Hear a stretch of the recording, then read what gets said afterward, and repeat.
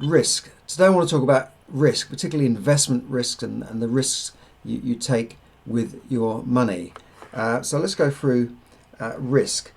Risk is what's left over after you've thought of everything. Carl Richards said that.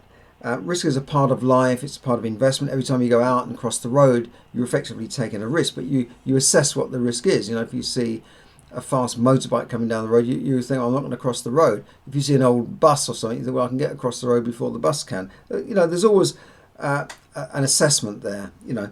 But in terms of money, the amount of risk when you invest your money in something like a stock market or an asset like a property are things that can go up in value or down. But you can mitigate the risk by getting the proper financial education, following me, maybe becoming one of my supporters on Spotify for less than the price of a cup of coffee every month.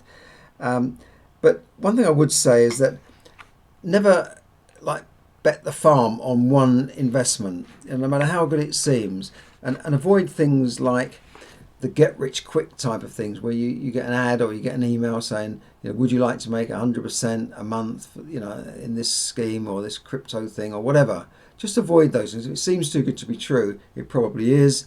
You can always check it out with a financial advisor, or drop me a line. I'll probably be able to tell you. But I'm not your actual financial advisor, but I think you've got to be able to spot scams. And one other thing I'd say is legendary investors like Warren Buffett talks about the 2 rules of investing. Rule number 1 is never lose money.